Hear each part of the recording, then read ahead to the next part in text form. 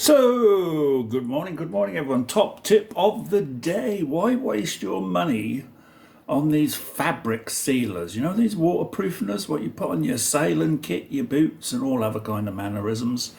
When I bought my first ever survival suit, I said, give me a couple of tubs of the old squirty waterproofing oil. He said, save your money.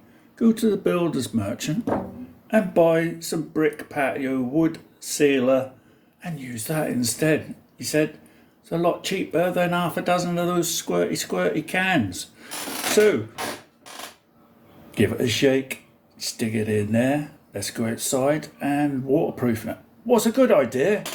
Just get a little dip and put on your old wrist or hand somewhere, just in case you're one of these sensitive people and you might have a bit of a reaction, all right?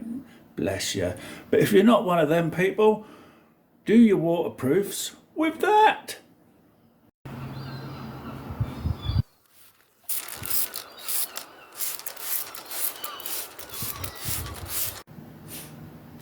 And that is all you got to do.